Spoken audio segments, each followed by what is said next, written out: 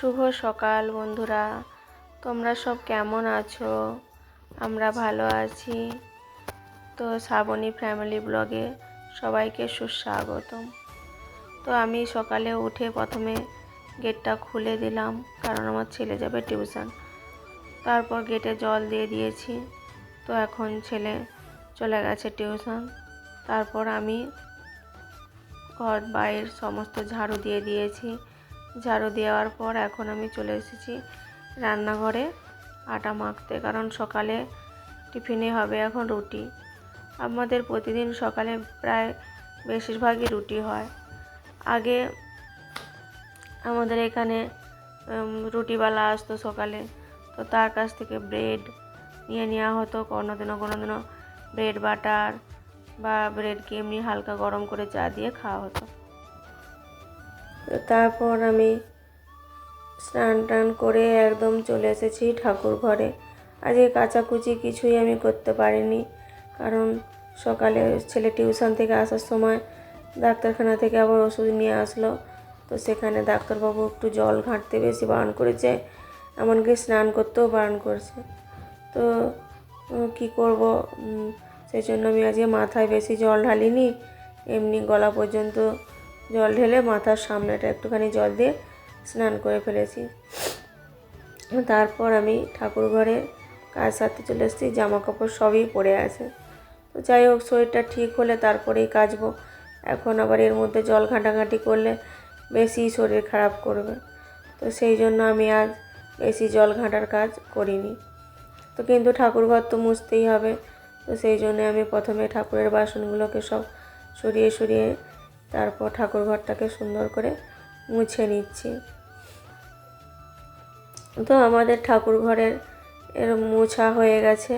তারপর আমি চলে এসেছি ঠাকুরের সমস্ত বাসনগুলোকে বের করে ধুতে। তো এদিকে প্রচণ্ড রোদ লেগেছে। এদিকে রোদটা ভালোও লাগছে, আবার কখনো একটু বেশিক্ষণ 5 মিনিটের বেশি বসে থাকলে তখন আবার যেন মনে হচ্ছে মাথা ঘুরছে রোদেতে। তো সেই জন্য একটা ওই জায়গাটা একটু ছাওড়া আছে, তো সেই জন্য আমি ওইখানটায় বসে পড়লাম সব থালা বাসনগুলোকে নিয়ে। তারপর একটু পিতাম্বরী পাউডার দিয়ে থালাগুলোকে ঘষে নিচ্ছি। তো জানো বন্ধুরা, আমরা এই থালাগুলোকে প্রতিদিনই পিতাম্বরী দিয়ে মাজি, তবুও মাঝখানটা পরিষ্কার হলেও সাইডগুলো যেন একটু কালো কালো ছোপ ছোপ হয়ে গেছে। তো এগুলোকে যতই ঘষি না কেন পরিষ্কার আর হয় না। কি করলে যে ওই সাইডের খাঁজ কাটাগুলো পরিষ্কার হবে সেটাই ভেবে পাওয়া যায় না। তো যাই হোক, এইভাবে বাসনগুলো আমি ধুয়ে নিচ্ছি। দিয়ে কর্পূরদানিটা ওটা মাজতে তো অনেকটাই পিতাম্বরী পাউডার লাগে, কারণ ওটা পুরো কালো হয়ে যায়। সেই জন্য অনেকটাই সময়ও লাগে আর পাউডারও অনেকটাই লাগে। তো এইভাবে বাসনগুলোকে মেজে ধুয়ে আমি ঠাকুরের গা মোছাবো বলে যে কাপড়টায় ঠাকুরের গা মোছানো হয় সেটা নিয়ে ধুয়ে নিয়ে আসে। তো প্রতিটা ঠাকুরের পটগুলোকে পরিষ্কার করে নিচ্ছি, কারণ পটগুলোকে তো আর ধুলে নষ্ট হয়ে যাবে। তো সেই জন্য আমি প্রতিদিনই এরকম মুছে নিই। আমি বা মেয়ে যেই আমরা ঠাকুরের কাজ করি না কেন, আমরা এইভাবে ঠাকুরের পটগুলোকে লাল সালু দিয়ে মুছে নিই। তো তারপর আগেই ঘর মোছা হয়ে গেছিলো। তো এবার বাসনগুলোকে আমি একে এক করে প্রত্যেকটা ভগবানের সামনে রেখে দিয়ে গ্লাসে করে জল দিয়ে দিচ্ছি।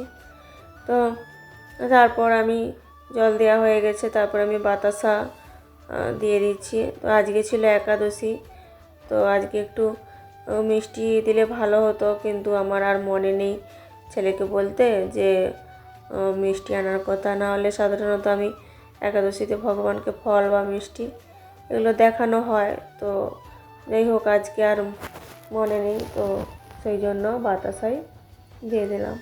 তারপর ফুল তুলে এনে তারপর তুলসী তুলতে গেলাম। তুলসীটা তুলে নিয়ে এসে প্রত্যেকটা থালিতে তুলসী আর গ্লাসের জলে তুলসীগুলোকে দিয়ে দিলাম। তো দিয়ে তারপর ফুল দিয়ে ভগবানকে পুজো সেরে ঘণ্টিটাকে আবার খুঁজে পাইনি। ঘণ্টিটা ছিল উপরে, কারণ কালকে মেঘ ঠাকুরকে ঘেরা দিয়েছিল, ও ঘণ্টিটা উপরে রেখেছে। তো তারপর আমি ঘণ্টিটাকে নিয়ে তারপর ভগবানকে আরতি করতে শুরু করলাম। তো তারপর ভগবানকে আরতি করে তারপর চরণে প্রণাম জানিয়ে আমাকে এখন নিচে যেতে হবে। তো নিচে আমি এখন চলে এসেছি।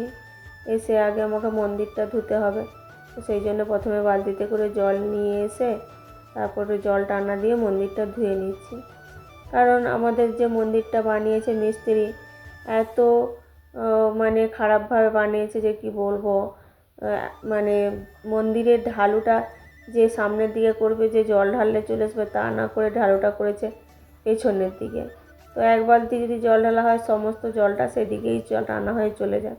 তো অতটা জল তো নাতা দিয়ে পরিষ্কার করা যায় না। সেই জন্য আমি এই ঠিলাটা আমাকে কিনে দিয়েছে। তা আমি সেই ঠেলাটা দিয়ে প্রথমে প্রতিদিনই জলটাকে টেনে নিই, তারপর নাতা দিয়ে আমি মুছে নিচ্ছি পরিষ্কার করে। আর তাও যতই ঠেলো না কেন তাও ওই কণগুলোনে ঠিক জল দেখো জমা হয়েই থাকে।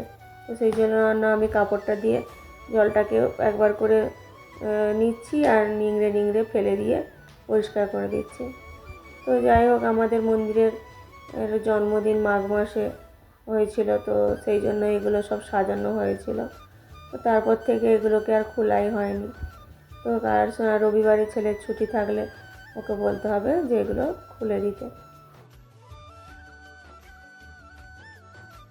শুভ সন্ধ্যা বন্ধুরা। তো আজকে আমি রান্নাবান্না কিছুই শেয়ার করিনি, কারণ আজকে ছেলে মেয়ে দুজনেই গেছিলো স্কুল। তো আমি একা আলু ভাতে আর একটুখানি টক করে ভাত খেয়ে নিয়েছিলাম, সেই জন্য আজকে কিছুই শেয়ার করিনি। তো তারপর একটু শুয়ে পড়েছিলাম, তো ঘুম ধরে গেছিলো। তারপর ঘুম থেকে উঠে বাকি ছাদে জামা কাপড়গুলো মেলা ছিল সেগুলো সব তুলে নিয়ে এসে এরকম চেয়ারে রেখেছিলাম। তারপর এখন আমি জামা কাপড়গুলো চেয়ার থেকে নিয়ে আলনাতে পাট করে দিচ্ছি। তারপর আমি যাব মেয়েকে টিউশন আনতে। ও স্কুল থেকে এসে টিউশনে চলে গেছে। আজকে ও কিছু খাইয়েও নি, না খেয়েই গেছে। তো ওকে এখন আমি এগুলো কাজগুলো সেরে নিয়ে ওকে আনতে যাব। এনে তারপর চা করব বা দুধ গরম দেখি কি খায় ওরা সব। তো সেই অনুযায়ী ও কিছু বানাবো, বানিয়ে তারপর আমরা সন্ধ্যাবেলা নাস্তা সারবো। তো তোমাদের সন্ধ্যাবেলার চা বিস্কুট কী সব খাওয়া দাওয়া হয়ে গেছে কিনা সেটা অবশ্যই জানাবে আমাকে, ঠিক আছে বন্ধুরা। আমি এখন মেয়েকে নিয়ে চলে এসেছি টিউশন থেকে।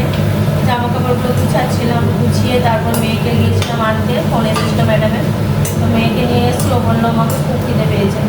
তো সেই জন্য আমি বসিয়ে দিয়েছি একটু আদা বেশি করে থেতো করে, তার সাথে একটু গোলমরিচ চারে দিয়ে বানাচ্ছি চা।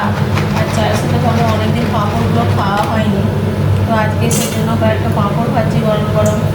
ভালো লাগবে আসলে, সকলেরই প্রায় একটু কফ সর্দি জ্বরের মতো আছে, তো যার জন্য একটু পাঁপড় আর চা খেলে ভালো লাগবে। সেই জন্য আমি কয়েকটা পাঁপড় ভেজে নিচ্ছি আর তার সাথে চা। তো তোমরাও সবাই এসো আমাদের সাথে চা আর পাঁপড় ভাজা গরম গরম খাবে। তারপর আমরা আসছি। তো বন্ধুরা, আমার চা আর পাঁপড় ভাজা করা হয়ে গেছে।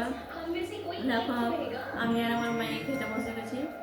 তো ছেলে এখন বই খুলে একটু বসে গেছে, তো ওকে বললাম যে তুই আয় খেয়ে নিবি। তো এখন ও আসছে, তো তারপর আমরা তিনজনে একসাথে চা আর পাঁপড় ভাজা খেয়ে পড়াতে বসবো। তারপর পড়ানো হয়ে গেলে হবে রাতের খাবার।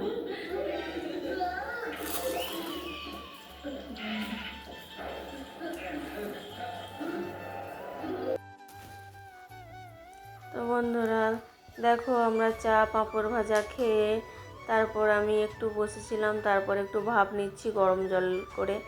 কারণ ডাক্তারবাবু একটু ভাপ নিতে বলেছে 2-3 বার, তাহলে কফটা একটু গলে গিয়ে নরম হয়ে গেলে ওটা বেরিয়ে যাবে। তো সেই জন্য আমি গরম জলের মধ্যে সবুজ রকম একটা ক্যাপসুল পাওয়া যায়, তো সেটা আমি ডাক্তারখানা থেকে নিয়ে এসেছিলাম, সেটা দিয়ে ভাপটা নিচ্ছি। বেশিক্ষণ আবার রাখতেও পারছি না, ওর যে ঝাঁঝালো একটা গন্ধ থাকে, তো সেই ঝাঁঝালো গন্ধটা যেন বেশিক্ষণ রাখতে পারছি না। কিছুটা রাখছি, আবার কিছুটা করে মুখটাকে তুলে নিচ্ছি।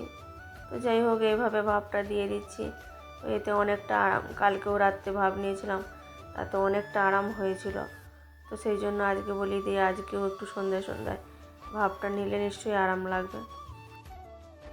তো বন্ধুরা, এখন বাজছে রাত্রি 9:30। তো আমরা এখন রাতের খাবারটা খাচ্ছি। ছেলে মেয়েদের পড়াশোনা করা হয়ে গেছে, তো আমরা এখন খাচ্ছি কুমড়ো দিয়ে আলু দিয়ে তরকারি, মুড়ি আর এই যে মিষ্টি। তো আজকে রাত্রে আমরা এটাই খাচ্ছি, কারণ প্রত্যেক ভেবেছিলাম ভাত রান্না করবো, কিন্তু এত কফ সর্দি যে সেই জন্য রাত্রে আর ভাত খাচ্ছি না, এটাই আজকে খাচ্ছি। তো যাই হোক, আজকের মতো এখানেই শেষ করছি। তো সারাদিন যদি আমার ব্লগটা ভালো লেগে থাকে, সবাই আমার চ্যানেলটিকে লাইক, শেয়ার এবং সাবস্ক্রাইব করতে